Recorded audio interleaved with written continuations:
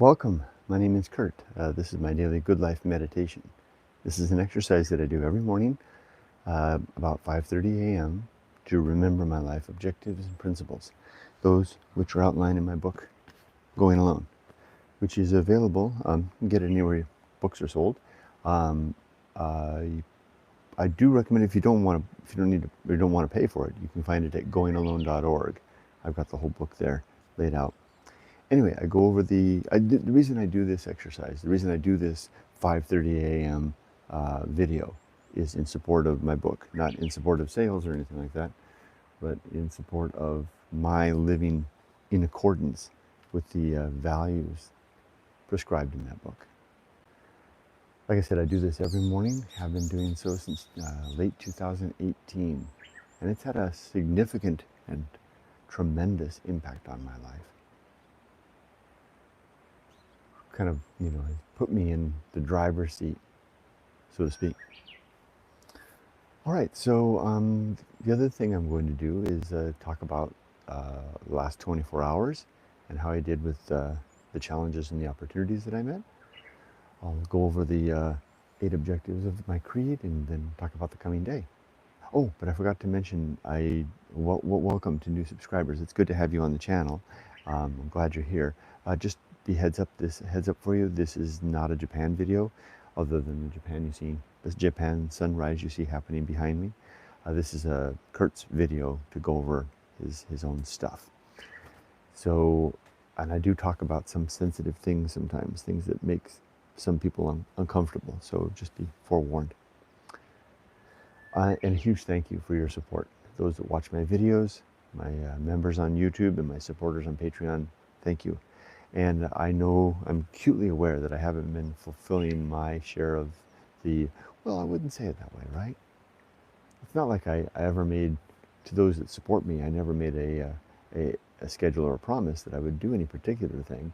Really, my videos are a chronicle and a sharing of life as I'm able and when it seems appropriate. Sometimes I'm not able and sometimes it's not appropriate. And I'm kind of in one of those points right now. I'll get to that more in just a second, but the summer has hit me hard here in Japan. I'm having a little bit of a hard time adjusting to all the heat and the humidity. This 61-year-old body is struggling a bit. So I've pulled back on everything. It's good to be retired sometimes, and you can do that without much consequence. All right. Oh, by the way, I do read and respond to comments, but I wait until the end of the video to do that. Let's get into it. So the last 24 hours, yesterday was a very big and substantial day. There were a couple of things that I needed to do in moving from the United States to Japan to facilitate the transition, including, securing a place for my wife and I to live. In this case, finding and buying this home, moving in, getting it, livable ready, getting my residency set up, finding my place in the community, and then very importantly, getting a Japanese driver's license. And pretty much yesterday was the day that I spent with Yumiko, my wife, working on that last bit. All the others are pretty much complete. The house is bought and paid for. The residency, I have my 3-year residency, which I'll attempt to transition to a permanent residency at the end of 3 years. I've found my way into the community. I know the people that live in that house right there. I know the people that live over there. I know the people all up and down the street. And at 6:30 in the morning every day, I meet everybody just up the street here to do morning exercise. And I'm part of the river cleanup crew. So I've found my place in the community. Getting a Japanese driver's license, though, I put that on the back burner because I have an international driver's license that's good for a year. So it won't expire until near the end of December. So I put that on the so-called back burner.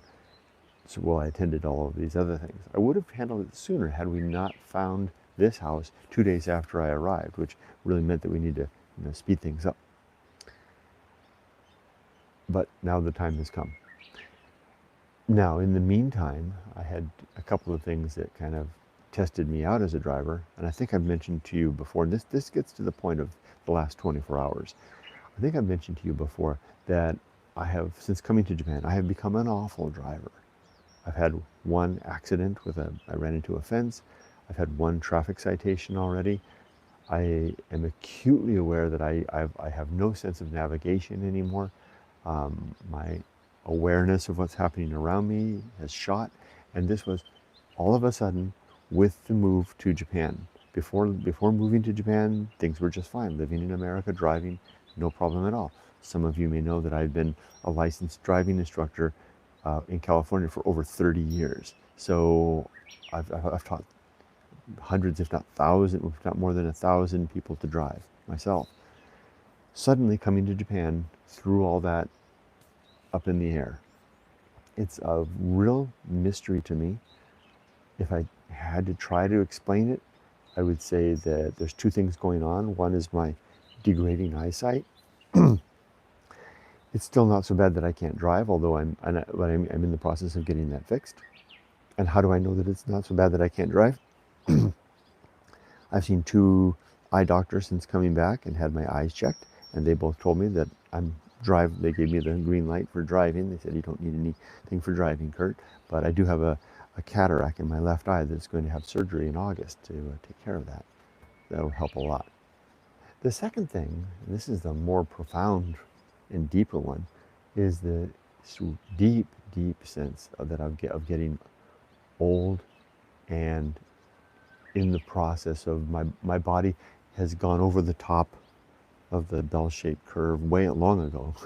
Went over like 5 years ago, starting about 57, so that would be 3 years ago, 4 years ago, over the top of the bell-shaped curve and on the way down. And I think that's what it is. It's just that I'm too old now to pick up new things easily and to adjust. Now, I know in the past when I say statements like that, that it unsettles people and people throw up protest and say, no, you've got lots of life left in you. My great Aunt Sally, lived to a ripe old age and was vital till the end. And, good for Sally. But that's not me. I am definitely winding down, which is all the more important reason that I do this exercise every day, right? That I make the best use of the good days that remain, because I don't know how much longer they'll be. I have a feeling I'm going to, although if I had to forecast, I'm headed into decrepitude, where unless something big comes along, I will wind down to being an old man sitting on maybe this chair right here, to staring out at the bamboo forest. Not a bad end. Not a bad end at all. This is a good place. This would be I've got a good seat for the end, if this is it. So, let's talk about yesterday then. So I was nervous about yesterday because we went to the driving center, the Shizuoka Prefectural Driving Center yesterday, with all of the paperwork that I had assembled to make a case to get my Japanese driver's license reissued. I previously had a license in Japan that I allowed to expire when I moved back to America. Now, if I didn't have that license, I would have to go through the process of getting a license. Now, I'm an American citizen. The United States doesn't have as sweet as an arrangement with Japan as some other countries do to transition a license. For some countries, it's just a matter of filling out a form. For Americans, it's more, you can't do that easily. For me, the last time I lived in Japan, I had to go through the testing process, and I was very proud of the fact that I passed and got my Japanese driver's license with the very first try. And I maintained a gold after I earned it, after the initial couple of years when they reissued my license. They gave me a gold card, so I still have it, a Japanese gold license that I gained on the first try. Now, it'd be nice to not have to go through all that process again. And that's what we went yesterday to the driving center to do. So I had a big stack of paperwork, all the old documents, the old licenses. The main thrust of the thing is that you have to demonstrate to the Japanese authorities that one, you had a license prior, two, that you stayed in some other country where you had your other license. In this case, I got my reissue of my American license, driver's license. Show the date that that was issued, and that you were in that country for at least 3 months before coming back to Japan. I think what they're trying to do in that is they're trying to avoid people gaming the system by, for example, it's pretty easy to get a license in California. By, for example, going to California on a vacation, getting a driver's license while you're there, which is pretty easy, and then coming back to Japan and adjusting that, leveraging that into a Japanese driver's license, which isn't easy at all.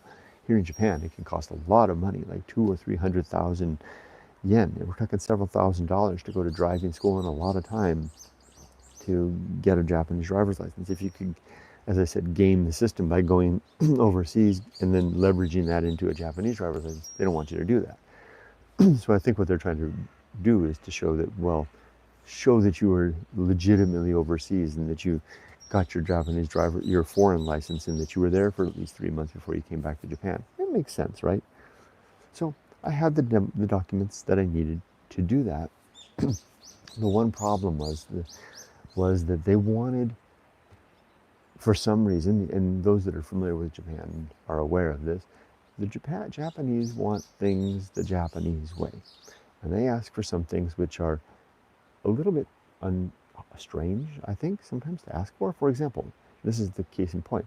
They wanted to know not only when my California license was issued to me last, they also wanted to know when it was initially issued, which was on May 19th, 1980. How do I know that? Because that was the day of my 16th birthday when I took the day off from high school, sophomore year. And my mom drove me to the DMV in California. I took the test and got my license. So got my license on my 16th birthday, which was in 1980. Now, so I wrote to the DMV, California Department of Motor Vehicles, to get that information. And turns out that their online system didn't work for that anymore. The offices couldn't do that. I tried to do it while I was in California. I couldn't get it. So I had to request a copy of transcripts. And it was complicated to do that, but eventually I got it. Nice document with the stamps. And I mean, truly blown away by the personal nature of the letter that I got from the California Department of Motor Vehicles. I mean, the DMV in California is a long maligned organization. You know, if you see that movie Zootopia, where they, you know, the DMV person talking really slow, this is a sloth, right, full of sloths. That's the way, that's modeled off of, I'm sure that's modeled after the California Department of Motor Vehicles. This wasn't like this at all. I got this great letter from them with all the information that was needed and a heartfelt, seemingly heartfelt apology that they couldn't provide specifically what I asked for, which is the date of original issue, which was May 19th, 1980. But they did say, this is the great caveat, that because they don't keep those records anymore, that's why they couldn't give it to me. They said that they did have information that the licenses that ended in my serial number were issued between 2 windows of dates that included 1980. Now, in lieu of the actual information, this was about as good as it could get, right? It's the official licensing agency on an official letter, not a PDF. This is the actual letter with the stamps and everything, because I had it mailed to when I retired in Japan, I had a mailing address established in the United States so I could have official documents mailed to me there and then forwarded to me here. So I got it in hand. And I'm going to get that translated now. It turns out anybody can do the translation. The reason we didn't get it translated before yesterday was that we weren't sure who the Japanese authorities would accept for translation. Turns out they'll accept anybody. So my wife's going to do it. So yesterday we spent half a day in the Japanese equivalent of the Department of Motor Vehicles. And man, they were set up good. That was such an efficient situation, the way they had that set up. We had all of our documents, and they ran us through 3 vetters. The vetters would come and meet us, make sure initially we had what appeared to be the right forms. The second person went through it in greater detail. Then there was a person, and there was actually 4 people. Then there was a person because I had a citation, right? And we wanted to disclose that, and so they had to run that. We told them about that. It wasn't in the documents, But we told them about that, and they had to run that through someone in a uniform to make sure that that wasn't going to be a problem, and they assured me that it wasn't. Then we had a final kind of like a pre-interview with a senior staff member, the same senior staff member who helped my wife through the same process, and who, believe it or not, get this, when my wife did the same process, she was 2 weeks away. She was like a week away from her California license expiring, which would have nullified everything. This person that helped us at the third part of the interview, the Japanese DMV person, came in her day off, because apparently she's the only person that qualified to do this final interview, came in her day off of work specifically to meet my wife and do the interview. She was the same one that helped us with the final bit. And what she does in that case is she goes through all the paperwork, looks at all the exceptions, the caveats, and then makes a determination about if I have a case that can be made. And she did, with one caveat, that one document could be translated and that the information that we said was in there was in fact in there. So we should be good. I should be able to get my Japanese driver's license reissued. Now my interview won't be not the final interview, and it's with that same woman, won't be until August. And even if I'd had the translation, we still would have had to wait for the final interview. That's because they took copies of all that information, and they'll go back and they'll digest it in the system there, and they'll come out the other end. And when we meet for the final interview, then it's basically a rubber stamping mechanism, vetting, making sure everything's okay, and then a rubber stamping mechanism. I should get my gold license. One thing that might stand in the way is the fact that I don't have my surgery to correct my vision until after the interview, and I will need to take an eye exam. Oh, and they told me I don't have to take a written test, or clearly a driving test. I want no test at all except for a vision test. I might fail that vision test. I don't know. The eye doctor said I can drive, but because one eye is really good, this eye is really good. If I just squint like that, I think I can read anything. Because I had cataracts in this eye, and I got that corrected. I can see all the little branches on the mountaintop up there. Can I take the vision test like that? So it's looking good. Now, there was another bit of information that was good, and this might be interesting to those that are thinking about retiring in Japan, was that because I've been getting warnings from people about having the situation that I'm in, which is that I have a residence card and an international driver's license. And I know that jurisdictions vary. I've been told by someone that that's a bad combination to have. Like if I get in a true accident and someone gets hurt and they're going to be pointing fingers, I'm more likely to get pointed at if I'm the foreigner with a residence card and an international license. It just looks fishy. And I agree that does look fishy. And I appreciate that warning that I got. Now, the woman that I told you about, this exceptional, the boss figure, she did caution me about my international driver's license, but that wasn't what she cautioned me about. She just cautioned me that don't drive after it's expired. She says a lot of people come here with an international driver's license and they continue driving after it expires. Good warning. So what this means is that I don't think I need to be so concerned about driving. One of the reasons I haven't been having any adventures in the mountains is that I've been worried about that one situation, about having a traffic situation or an accident, or heaven forbid, hurting somebody without a proper Japanese driver's license.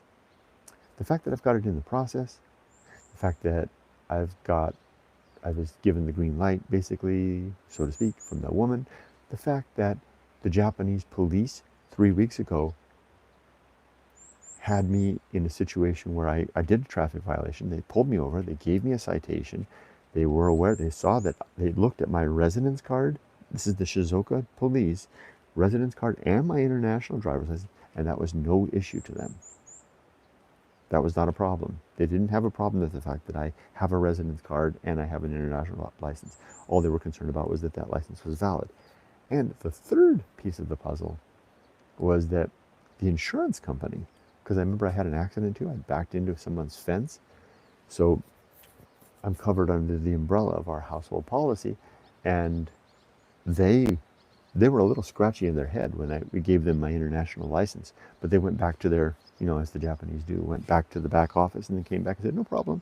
So even the insurance company was okay with it. So The reason I'm saying this is that for those that might be coming over and needing to do a transition like this, it looks like at least the California International Driver's License is no big deal for um, the Japanese authorities. That's good to know.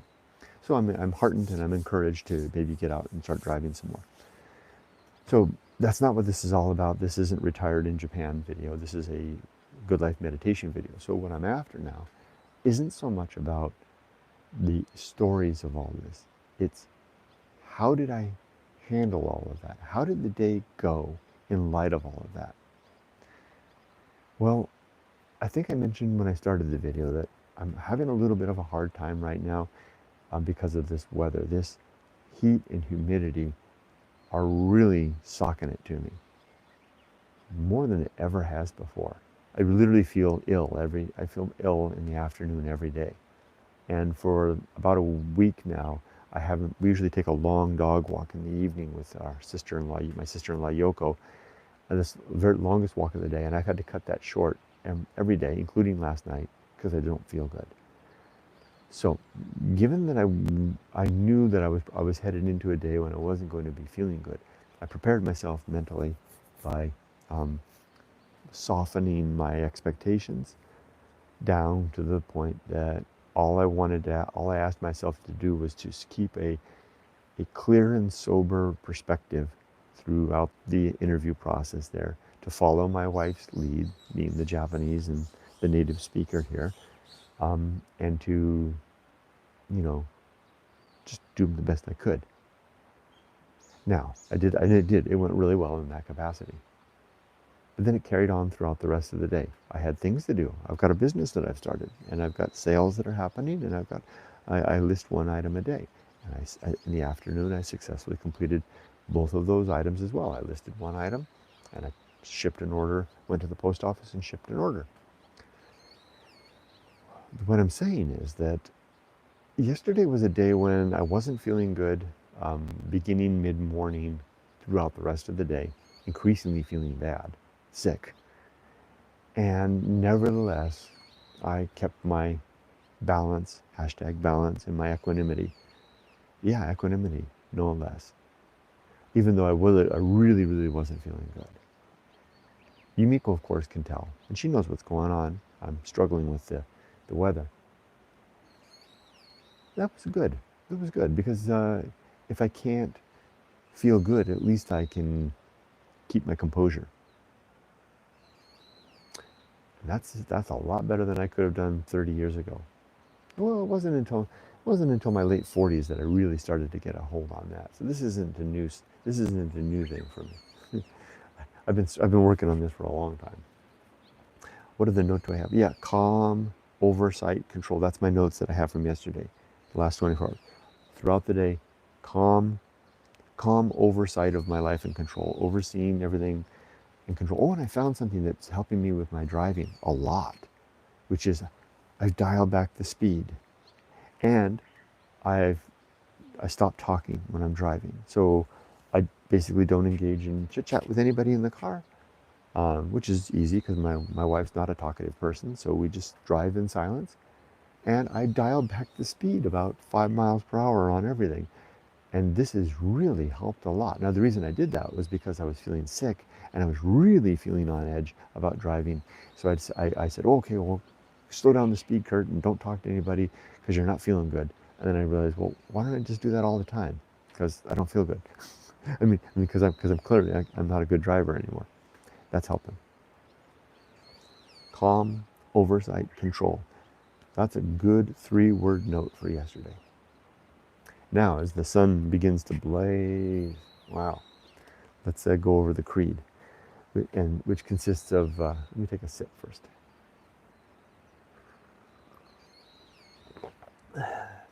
My creed, and again, you can read about my creed in the book Going Alone, available for free at goingalone.org, consists of the following 8 objectives. And these are the things that I'm striving to do every day. Number 1 is to always be ready for death. And this means that my life is organized and arranged in such a way that my death won't be in too much of an undue burden on anybody, at least not in terms of documents and my wife's not going to be scrambling around to try to figure out how to get my pension or how to access our 401k. So there's no question about what I want done with my body, or and plus, my room is a it's a showcase of simplicity. If I die today, there's really nothing they can throw out, just about everything, and my wife and daughter will know that this is probably all I would like to leave behind, and have that passed along to our heirs, because that's my barbaric yelp. That's my story. The rest they can throw out in Thursday's trash. The second part of being ready to die is to make sure that I don't have anyone that I have to fix a relationship with. And the third part is to make sure that my life's work is complete. And that life's work is my daughter and my book. And they're both done. Well, I mean, Emily's still a work in progress, as all human beings are, but that project is largely now in her hands. So my part of that role is mostly done. I just have a sustaining role now. So yeah, I can answer the question, am I ready to die? I am ready to die. Does that mean I'll go down well? I don't know. That's beside the point. I don't know how I might go down screaming, but at least I'll go down clean. Number 2 is to make good and effective use of my time, to not waste my days. And oh man, I feel that heat now. Reminds me of the desert. Whoa.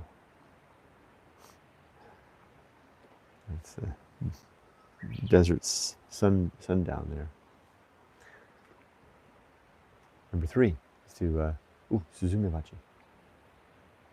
Number three is Suzumibachi is not the objective. Number 3 is to develop and maintain good and sound life principles, which is exactly the purpose of this exercise. Number 4 is to cultivate good emotional reactions so that I'm responding well throughout the day, and that's what I was working hard at yesterday, and I did that by slowing things down, easing my mind, giving myself some margin to exist, so that there was a buffer between events and my response. Number 5 is to perform good actions relative to my creed. Number 6 is to recognize my true limits and true opportunities. Number 7 is to do just one thing at a time and do that thing slowly and deliberately and carefully. And number 8 is to keep my balance. Now, as for today's a very interesting day. A friend of mine from the United States, a coworker, a team member from my one of my biggest projects that I did in the United States.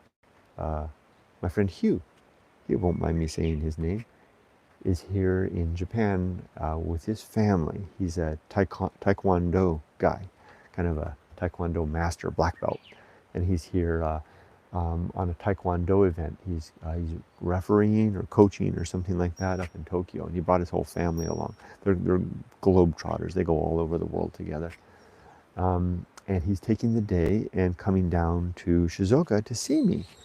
And so at 9 a.m. this morning, I'm going to pick Hieu up at Shizuoka Station and spend the day together. I'm really looking forward to this. Hieu is a wonderful person, and he was a good team member when I was working in the United States, and a good friend. So that's all I've got for today. Except of course I've got a listing to do, and I've got a shipment to make. And the listing, I've already done the photography, etc. for that. So that's why I'm wearing the mic right now. And maybe this is better quality audio. I mean, this is a pretty damn good setup right here for these. I like this.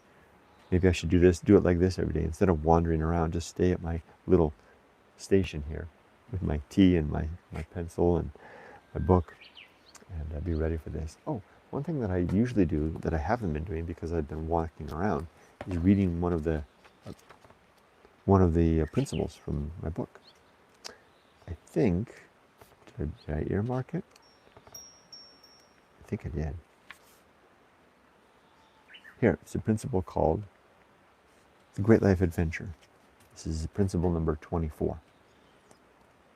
And a quote from Dr. Johnson. He who continues the same course of life, no, I actually read this one already. I remember this quote. The next principle is called the risk of avoiding risk. It has the sub-principles of risk management and becoming the person you are and to err on the side of family. 3 sub-principles. Life presents us with a variety of risks which we must attend to. Our parents and society commonly advise us to get an education, find a job, and then settle down to a safe and sane life, making and raising babies with a decided worthy another. These are good, responsible things to do. But I offer there is a deeper risk which also needs attention. The risk of living a long and healthy life without allowing ourselves the chance to develop and engage our deeper self, or experiencing life without much challenging adventure, or living in such a way as to keep too much distance from the risks which yield the rich and satisfying reward of discovery, maturity, survival, and growth. So attend to both types of risk, the practical aims of school, work, family, security, and money, as well as perhaps the less practical, though often quite worthwhile, risk of not becoming the person or living the life of our dreams. Avoid the trap of managing risk to the extent of walling ourselves completely into our own safe, secure, and familiar coffin, becoming who we have settled for, though when in doubt, always err on the side of family, even if such living must at times feel like a coffin, as such efforts are usually in alignment with our deeper and perhaps our only true life mandate and purpose, namely, getting our genes successfully into the next generation, passing, as Emerson might say, our ripened being into tomorrow. So with this principle, I was principally speaking to what might be avoided, the risk that might be entailed in not taking risk when we want to. I've throughout my life been cautioned and chastised by others as a risk taker, and suggested that I have so much to lose, and they were right, and I did lose a lot. But this principle suggests that on the counterbalance, there's a great deal to be lost in not taking reasonable risks at reasonable and due seasons of life. Definitely. The risk of avoiding risk. All right, so I've talked about yesterday, I've talked about my creed, I've gone over today's plan. Ooh, can you see? I don't know if it's coming across, but already the temperature rising is whacking me. Whew. It's going to be another tough day. With that, let's read comments. Tim says, "Good morning. It's strange when something hits you out of the blue. I had this with work about a year before I retired. Basically lost all confidence in my job that I had done for 42 years. Wow.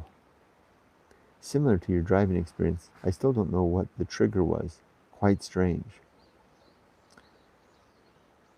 Robert, and I feel the same way, Tim, about other things besides driving. Like I don't know that I could write this book now, which is an interesting, measure of the risk of avoiding risk, right? I mean, if I hadn't written it when I did, I don't think I could. And I say that at the first chapter. I say this is a book that couldn't have been written at any other time in my life. What's next, right, Tim? Robert says, "Hi, Kurt," and "Hi, Tim." Tim says hi to Robert. "Hello, Michael." Robert says hi to Michael. Robert says, "Yesterday afternoon was brutal for me. Ended up sleeping early, missing a favorite weekly live stream." Oh, really? Wow. Sorry you had a tough day yesterday as well. I did too, for sure.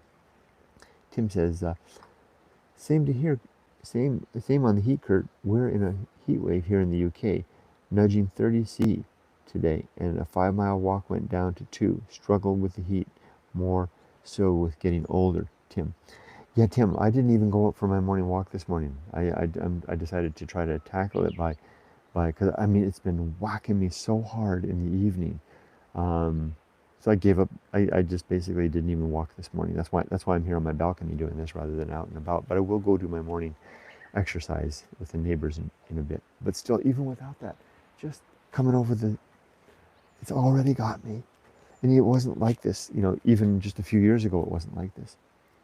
Hi, Sam. Good morning. Tim says hi to Sam. Robert says hi to Sam.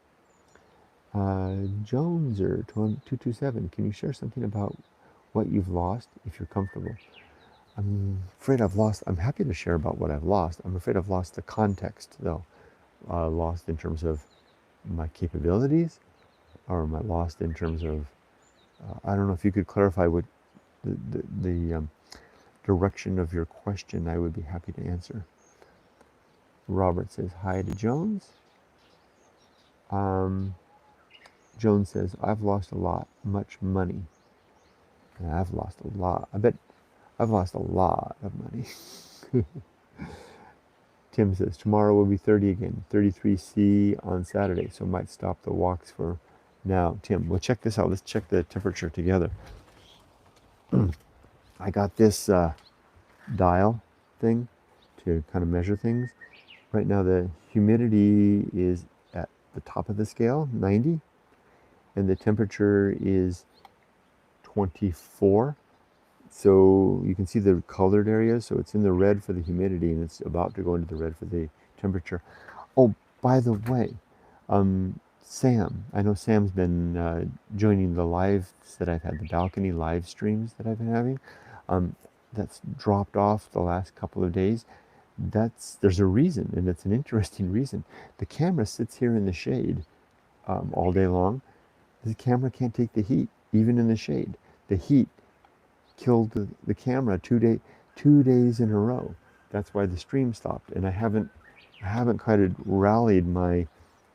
I've been so out of it. The heat is out of my brain so much. I haven't quite figured out what I'm going to do. I'm thinking about positioning the camera just inside the doorway, aimed at these plants, because really the balcony live stream, isn't about the visuals as much as the sounds. Aimed at these potted plants here, and then you can still see the background. Maybe that will protect it from the heat. We'll see. But so yeah, the heat's got not just me and you, Tim. It's got our devices too. A moment ago you mentioned you lost a lot. It's currently 27 here, feels like 29. I was wondering what specifics you were thinking about. It's the humidity that's the killer for me. What up? You always make me smile, Sam. Yeah, but the recordings weren't staying uploaded afterwards. Yeah, that's been on my mind. And I'm going to come back to the question about what I've lost. I'm just trying to see if there's more context in the remaining comments that will help me to clarify that. Although I think I know what you're asking now, and I'll respond in just a second, but let me complete this. Sam, so thank you for bringing that to my attention. So if I was to keep it under 12 hours, maybe if I start the camera now, like at 8:30, or what is that, 8:30, like 6 a.m., and then stop it before sundown, maybe that'll do the job and then keep it. Or maybe just set a timer and then like let it go for 10 hours, right? And then, or 11 hours, and then set a timer, 11 hours and 30 minutes, and then kill that stream and start it up again, right? Maybe that, and then we just have these junctures, right? How about that, Sam? Then I would have the record of it on an ongoing basis. Now coming back, it wasn't about the stream dying. It was about the long stream video remaining. Okay, yeah, I knew that those were two separate things. That you were pointing out that the stream was dying. The stream wasn't remaining because of the length. I was pointing out that I was surprised that the heat was killing the camera and causing the camera to shut down. So two separate issues that I'm going to try to tackle in the following way.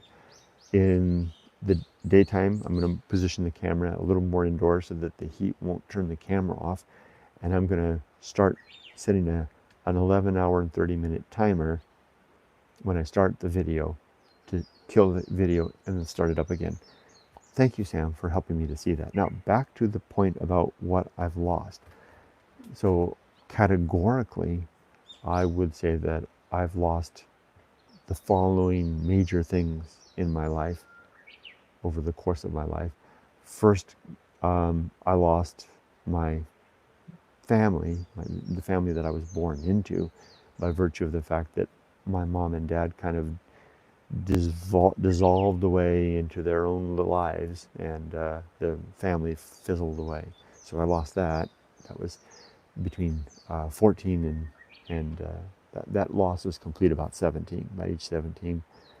The second thing I lost was, I lost $1 million that I had gained during the dot-com bubble. I was one of those dot-commers, and through nothing, little more than luck, I ended up being a millionaire. I lost all of that through stupidity and foolishness on my part.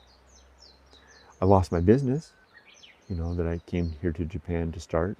I like to attribute that to the 2008 economic global crisis, but truly, if I am honest with myself, I would have lost it anyway, just through ineptitude and incompetence. I was doomed from the start because I didn't know enough about business. So I lost that. That's kind of it for and then I'm starting to lose my health now, right? So my health and both my mental acuity and my bodily constitution are now in fast decline, and seemingly getting faster. So, but that's in process. That's it for all the things I've lost. What I haven't lost, if I can add something to the other side of the balance sheet, was I didn't lose my family. I was very careful to learn from what I saw happen with the family I grew up in, to not let that happen to my own family. So Yumiko and I have been together going on 39 years now. We have a good marriage, and we've raised a daughter, and we've been a very successful couple in terms of being partners in crime, so to speak, for fulfilling the mission and mandate, the decided mission and mandate of family, right? So I was successful. I didn't lose that. That's huge, and I almost did, but I didn't. And there's other things. I could go on and say a couple of other things, but that's enough. You're curious about what I've lost. So I lost the family that I raised into. I lost all my money. I lost my business. Yeah, hopefully that answers the question. I lost a lot. Tim says, your wind chime has kind of inspired me, so I found a place here that sells Japanese-made wind chimes, so hopefully we'll get them soon. Oh, okay, Tim, you know what I had to do, since you like that? This is from an antique dealer. I just got this last weekend. I was at the flea market, and I'm getting to know all the antique dealers there, and he had these hanging up in his stall, 2 of them hanging up on either side, just to give an ambiance to the summer, right? I don't think he was really selling them. And I bought something from him, and I said, and then these are called furin, and I said, furin wa ikura desu ka? And he's like, oh, you want to buy it? I said, yeah. So he let me buy that. If you like them, maybe others will too. Maybe I can add that as something to the store. But they're very pleasant, aren't they? I love it. I didn't like the chime on this one as much as the other one, but the other one had this gaudy orange flying thing, and I didn't like that orange, so I got this one. But the chime has grown on me. Sorry to hear about those losses. Thanks for sharing. Thank you, Jones227. But this is going to sound cliche to say, but it's true that the things that the losses in my life have always proved the better lesson for me than ever. For example, in losing the $1 million, my wife was very quick to point out that she likes me a whole lot better after I lost $1 million than before. So was it was it worth $1 million to have my wife like me better? Yeah, it was. Yeah, yeah. And could I have become this more likable person any other way? I don't think so. Especially after having gained $1 million. Gaining the $1 million, and it was more than $1 million. So I just like to round it around to $1 million. Gaining $1 million does something to you in many, many ways.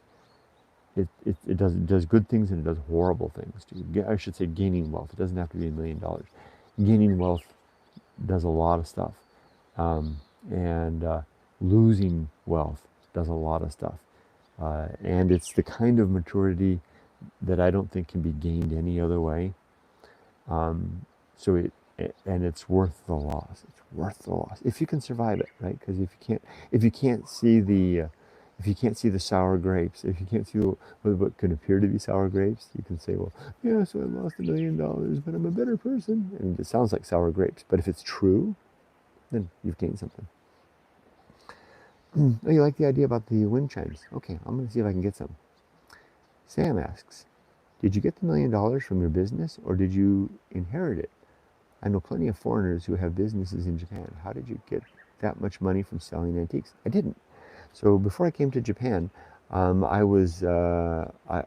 got a job with a small technology company called Software.com. I was the 20th person to join the company. This was in Santa Barbara, California. When I joined the company, I was literally their first employee, because everybody else were like partners, right? They were like joined the company. It was a bunch of college buddies that started it, and so I was like the first guy that actually got hired as a real employee. So the people that interviewed me were all like vice presidents of this and vice presidents of that, but they didn't have any employees.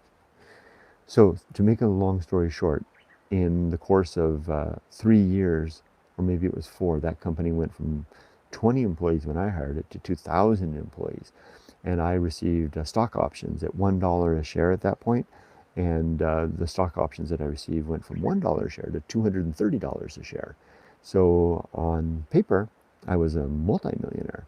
But in fact, through stupidity and ignorance and awful decisions, I wound up exiting that situation with a cool million plus, actually in the bank, right? So, I could have done a lot better than that if I had just sought professional financial advice and been a little smarter about things. I could have exited with a lot more, but I didn't. So then I took that $1 million and I came to Japan to start an antique business, and within 5 years, all that money was gone, and then I was in debt. So that's the story of my $1 million. And Sam, if you're interested in more details, there's a video, I think it's on my Lyle's Brother channel, called "How I Lost $1 Million." That I was highly caffeinated when I made that video, and it tells more about that. I thought you were an ALT the whole time you were in Japan. No, when I first came to Japan, I took a whole year off just to study Japanese. And then after a year, I got horribly depressed because I had $1 million. Remember, I said that having money can be bad. I had $1 million in the bank. My daughter was born. She was 3 years old. I had all this free time on my hand, and I became really depressed. So I started my antique business to kind of relieve my depression, to try to find out for it. And then that was the start of the whole business. And the loss of the money. And I didn't lose $1 million in the antique business. I was also playing the stock market, doing idiot day trading opportunities. And it was a series. It was the 2008 financial crisis crash, and a whole host of bad stock market investments that brought my fortune to an end. Tim asks, I think I mentioned before, wealth in retirement just seems less important somehow. You did mention that before. Yeah, you're right. Um, the security means a lot to me. Like, for example, you know, it's, I can't believe, and Tim, maybe you can give me a hallelujah. I can't believe how good it feels to know that I don't have to worry about I don't have to worry about paying for anything for the rest of my life, right? That my wife and I are safe and we don't have to worry about money anymore. I mean, we can't live like kings, but we live very well. I mean, we can do anything we want, really, and eat out as much as we want and go anywhere we want, and you know, but that feels good. Um, but it's not as important, like I said, but I don't spend it. So maybe this is the funny thing. I don't have to worry about money anymore. But I mean, I'll go days and days and not spend 100 yen on a can of coffee or nothing. I just don't have any interest in spending money. Oh, snaps. That's badass. Gerald. Hi, Gerald. Ordered more tea. Stocking up for fall. Yeah, I got your order, Gerald. Thank you very much. I ran out. I've been running out consistently on tea. The tea supplier down the road. They're our family friends. They have a small family tea business that they've been in business since the Meiji period, um, and they're delighted because I show up like every other day and buy more tea because it's such a great seller. So Gerald, I don't have the tea in hand, and I'm gonna go get it. Hopefully this afternoon. My friend is coming down from Tokyo. In fact, I just saw the message come by. He's on his way right now, and I'll have the order in the mail to you tomorrow morning after I get the fresh tea from the. I have to go buy your tea. I will actually you the order. I can almost fill your order, but not quite. I don't have quite enough tea here to fill your order. Thank you, Gerald. I appreciate the business. Robert says hi to Gerald. Hi, Neil. Good morning to you. Robert says hi to Neil. Tim says, definitely so. I'm grateful not to have to worry about it, but like you, it's not to be. It's not the be end at all.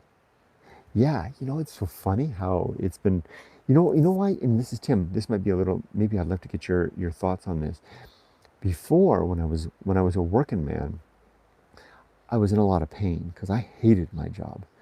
And I think that I engaged, and I wasn't a big spender, I didn't buy a lot of stuff, but I engaged in a little bit of what might be called retail therapy to assuage the pain and and mask and, distract me away from because I hated my work life.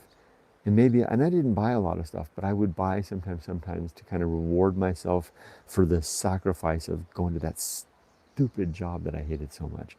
But now that I don't have to go to that stupid job that I hated so much, I don't need to, and again, to use that word because it's the right word, I don't need to assuage the pain of work anymore. So, I mean, I have no interest, I have no need of spending money. That's okay, just buying it while it's in season. Thank you, Gerald, I appreciate that. Yeah, you're a smart man to do this because this is the Shincha, and so I'll still have the tea. It'll be the same. People will buy like in a month from now. They'll buy the tea from me, but it won't be the Shincha, right? You are getting by stocking up now. You're getting it's like getting what is that wine from France that comes out at the start of the year? It's like buying a couple of bottles of that, right? To put away because it's the first blush of the season. And Gerald says hi to Robert. All right, well, I've reached the end of the comments. I don't know what time it is, but I probably better wrap up here. I have three things going on. My buddy Hieu from America is on his way down right now from Tokyo to see me. I'm going to go meet him. I meet him at 9 a.m. I need to get up there to join the Oldsters for our radio exercise. And I need to, one more anecdote I'll share with you. And I need to get this listing, make this listing that I already did the video for. I'm getting to know my neighbors through radio exercise. If you guys get a chance, if you're interested or moving to Japan, and you get a chance to join the neighborhood community radio exercise every morning. Yesterday I was walking back with the guy that lives in, my neighbor who lives in that house, right there. He's an old man, he lives all alone. And he and I become friends of a sort. And we were walking back by the stream, and I looked down and I see that the big storm had washed some sand away, and there was a beautiful, large piece of beautiful hand-painted pottery down there. like an artifact. And people have lived in this valley for thousands of years. And I said to him, I said, look down there. And I said his name, look down there. And he's like, nudged me on the shoulder. He says, oh, go down there and get it, young man. Because he's a lot older than me. So I climbed down and I retrieved it. And it was about that big. And I've got it downstairs. I should bring it up and show it to you tomorrow. Clearly hand painted. It was a piece of porcelain type of ceramics that was uncovered in the storm. It had been buried in the sand. I just love stuff like that. So he and I talked about it and had a nice time. I saw another comment. Last few years, hated my job too, which was the driver to finish, no matter how hard to do. Yeah, it was for me, and I'll just finish with this. Maybe you guys have heard this from me. It was one meeting with my boss's boss where she sent me to the emergency room. I thought I was having a heart attack. I literally thought I was having a heart attack because that boss stressed me out so much. She was such a micromanager. I literally, it was a Zoom meeting, and I reached up and I said, and it was with her and my boss. And I told the two of them, I said, I'm dropping out of this meeting and I'm going to the emergency room. I might be having a heart attack. And I clicked send, clicked in. I walked outside. I said, Yumiko, take me to the ER. I wasn't having a heart attack. I was having a panic attack because of that. And after all of that, I told Yumiko, I said, because we've been kind of scheming. We knew that we were in a position where we could retire. It was just a matter of when. I said, Yumiko, that's it. I'm picking a date and I'm going to retire. I can't because I'm not going to trade. I'm not going to trade time for money anymore. And she was totally on board. And so I picked the date. The next day, I talked to my boss. I said, I'm retiring. Here's the date. It was a year out. I gave him a year. And that was the beginning of the end for me, Tim. I was like, screw this. I'm not dying for my work. A couple more comments here. Can you say hi to my daughter, Elise? Is that Elise? Hi. Oh, hello, Elise. It's a pleasure to say hi to you, from Urbanized Dreams. Are you interested in Japan? If so, maybe come on over, or whatever you're interested in. It's good to see you. This is Elise. This is Japan. Let me turn the camera on just a little bit. This is my little balcony here. And you might like to see my little dog. This is Rudy. He's my little Pomeranian Chihuahua mix. I put this blanket out every morning for him so he can sit here. And he likes to sit here and gaze out at the bamboo forest and all the things that are going on. And we're going to go for a walk in just a little bit. So he's there. And so here's my little seating area here. And at least, I hope I'm saying your name right. This is a bamboo forest right here. This is in my backyard. And you can see there's a trail right over here around the shed that goes through the bamboo forest to the garden, which you can't see over there. And this is formerly a Japanese rice field, but it's no longer being used. So now it's a beautiful meadow. And there's a kind of an animal called a tanuki that you can sometimes see out there, usually in the evening. So that's a little tour, Elise. Glad you're here, and it's nice. Rudy knows the life. Well, yeah, that little boy had a tough one. He was found cowering under an old car in East Los Angeles, covered in oil. He'd been living on the streets when he was rescued, and he is damaged as a result. He's very attached to me and me only, and it's one of the reasons that sometimes people are they want to come and do stuff with me, and I'm like, well, it's a little bit tricky with my dog because my dog needs me. I can't really leave him. So we're starting to wean him away from that. He's getting better about that. This little room, as you can see, he really likes being here. So it's getting a little easier. I can go out and Rudy stays here, but mostly I take him with me everywhere I go. Like when I go to the mountains now, I take him with me because he likes that. And I like having him too.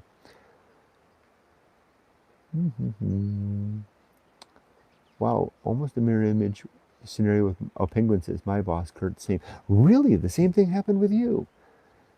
No kidding. I'm sorry to hear that. That was the worst thing, one of the worst things that happened. I mean, the last 5 years of my career were pretty awful. The last year wasn't bad because as soon as I gave them notice, because of the nature of my job, and they knew that I wasn't going to be around anymore, they basically just hands off. They said, well, Kurt's leaving.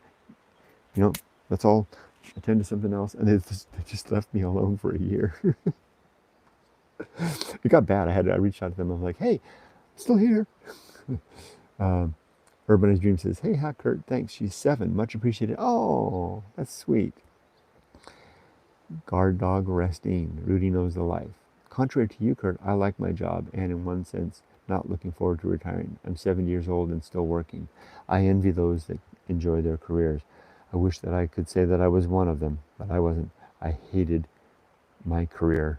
I mean, I really enjoyed, I'm proud of the fact that I did. I did a lot of good working in the public sector, making IT projects and systems, running IT projects to create systems that really, truly help people, but I did not enjoy it at all.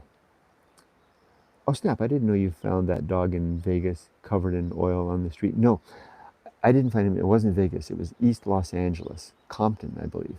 And I didn't find him. He was rescued by someone, and then he went through 2 rescue shelters, and he came this close to being euthanized, and he was pulled out of one shelter by like, angels, pulled out of one shelter, put into another shelter, brought right to the cusp of death, pulled out of another shelter, and he was in his 3rd shelter when I got him.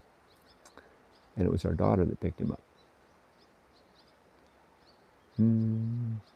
Yes, my boss was a micromanager, spent a month off with stress.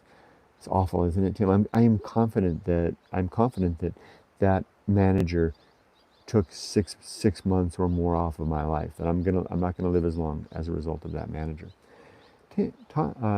Sam says, Kurt, you think the stress wouldn't have been there if you had boundaries and were more assertive from the get-go?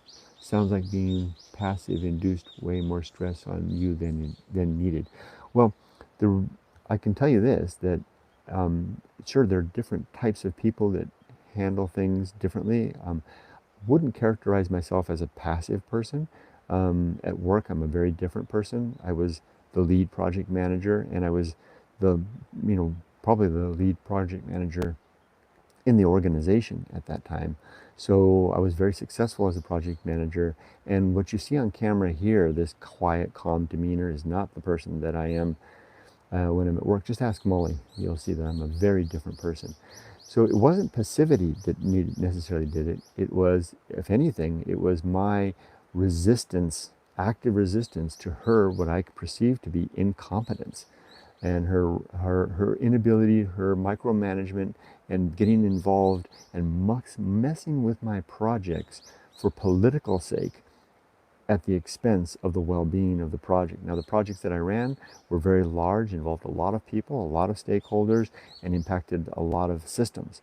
So I didn't take lightly anyone mucking around in a project that we had worked for several years to design, just to make sure that a county supervisor, for example, looked better to his or her constituency as an election approach. So a passive response would be to acquiesce to such demands and to allow that person to get their way.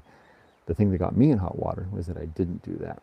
So I would say that it was kind of the opposite. It was my resistance to what I perceived to be ineffectual or poor decisions. Ineffectual isn't the right word. Poor decision making on the part of management and leadership, county leadership, in interfering with my projects. Just to add a slightly different bit to it, I wasn't alone.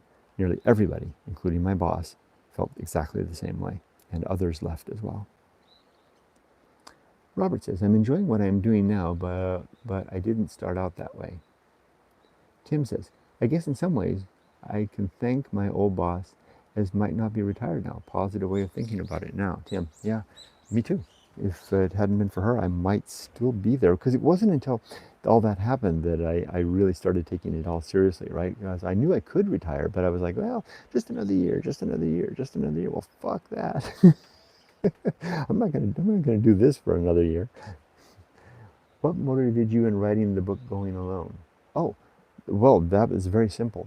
I wrote Going Alone because it took me 40 years to figure this stuff out. And I wanted to write down what I learned in that 40-year journey for the benefit of anybody else, particularly for my family, so that I could give this book to my daughter and say, here, life's tough. Here's what I figured out. So it's my legacy. and for anybody else that's interested. Now, with that, that's the last comment. I'm going to sign off for now. I don't know what time it is. Wait, I should know what time it is. It's 65 minutes. Ah, it looks like I missed radio exercise, which started 5 minutes ago. Oh well. It was much better, much more important, I think, to be here talking to all of you.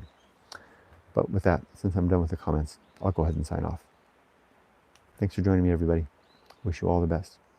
Be safe, but not too safe. And Sam, I'll start the camera up, and we'll see how long it'll start, and I'll try to remember to turn it off before it gets to the 12-hour mark. Take care. And bye, Elise, if you're still there.